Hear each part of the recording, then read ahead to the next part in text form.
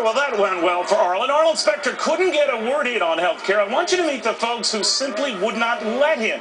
And we warned you, didn't we? They all but told you. I know talk is cheap, but our promises even cheaper. If you make less than $250,000 a year, your taxes will not increase one single dime. Not your income tax, not your payroll tax, not your capital gains tax, no tax, because you need a break, and that's what I intend to give you when I'm President of the United States. The closing bell is brought to you by Ally Bank, a bank designed around... Broke. Medicare is broke. Social Security is broke.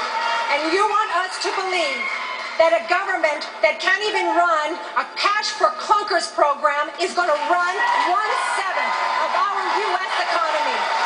No, sir. No.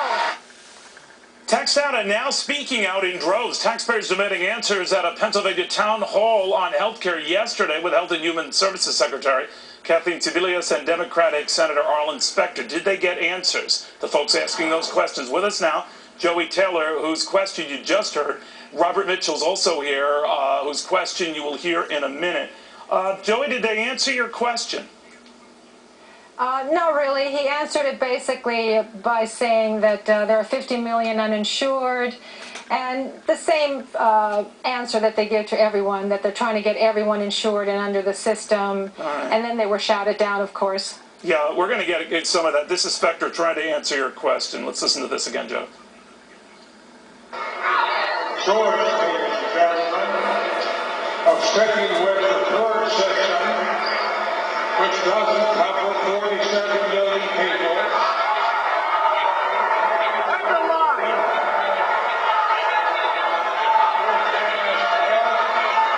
Which has health care rising, which has insurance companies eliminating pre-existing conditions, with a lot of red tape.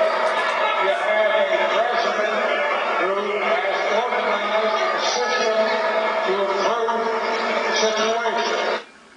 Well, Joey, I don't know if he answered your question, did he? Not really. Okay. And he fell back on that $47 million The $47 million uninsured. Yeah, you guys don't buy that math. And Robert, I want to get to you, but you're just not buying that figure because you think it's inflated, right? Well, it's inflated by the number of illegal aliens who are being counted in that number, and by a number of young people who don't want or don't need health insurance. Okay, now, Robert, you had a chance to ask a question. This is how that went. This is from this rally yesterday. Take a look. When congressmen scoff at the notion of reading legislation because they aren't qualified or they aren't competent to understand it, how can we be confident that those congressmen are competent to re-engineer the entire health care system? All right, well, you guys are making friends left and right. The Secretary Sebelius tried to answer that. Robert, I want your thoughts on this response. This is from the Secretary. I am not a member of Congress, have never been one. That's just a fact. I'm just telling you, if my observation is, I have never seen members of Congress work harder. It is unacceptable to me for somebody to hours and hours and hours and hours have been spent. If people say that you haven't read the legislation, then tell them to go back and read it. We do. All right, she's a former governor, as you know, Robert. She's a health secretary now. You didn't buy the argument. What did you make of it? Well, no. I mean, her response started out almost disclaiming any kind of knowledge of what's going on in Congress because she's not a congressperson. But then she jumps in and talks about how hard they're working. My question wasn't about whether or not they're working hard. It's whether or not they were competent to re-engineer the entire healthcare system for the United States when they can't even read their own legislation. Joey, now, the crowd there seemed very worked up. I mean, the people were shouting. Were they typical of the crowd? I mean, were you two typical of the sentiment in that crowd, that you were not exactly believers in this, that you had to be won over on this? How would you describe it, Joey? You mean, I'm not sure if you're asking if I'm typical for all meetings or this one that I attended. This one that you attended. Did most in that room share your view, share Robert's view, that they were skeptical? Yes, very much so. It was pretty even in terms of the people that were there supporting the Obama health care plan and those that supported us. Robert, what do you say?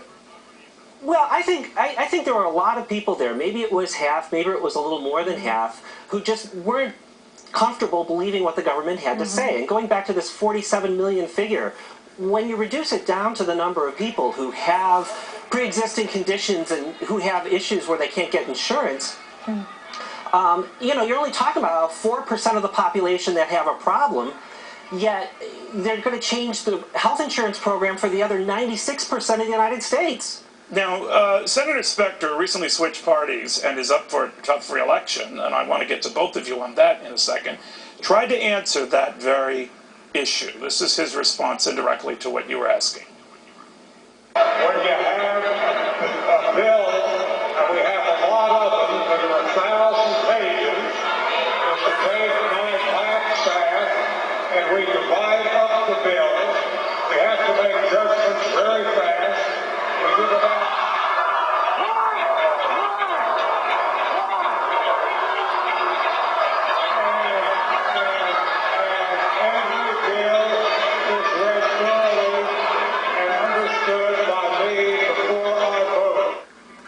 So more or less what he was telling you here between the catcalls, and this is Robert to you on that he reads these things, he has read this, he is in the process of reading everything attached to it. Relax, he's on it. Do you buy it? Well, what I heard is that he breaks it up among his staff because he has to pass it so quickly. And that's what I didn't understand, and that's why I was asking why does this have to move through so fast when it affects so many people, especially when you've got independent agencies like the Congressional Budget Office that are saying, that so this Joey, isn't going to save do you agree anything. with that they're moving too fast? Is that your big concern? Well, they're moving very quickly, and they're doing it on purpose, Neil. They're throwing everything that they can at us so that we can't focus and keep track of it all. They're throwing cap and trade. They're throwing government health care. They're throwing fast track. And they're hoping that we're just going to scatter and not be able to follow any of their legislation. Just remind me not to be a rally where you guys are in attendance. All right, but guys, thank you both very, very much. Man, oh man, huh? All right, the tax hike's coming after this.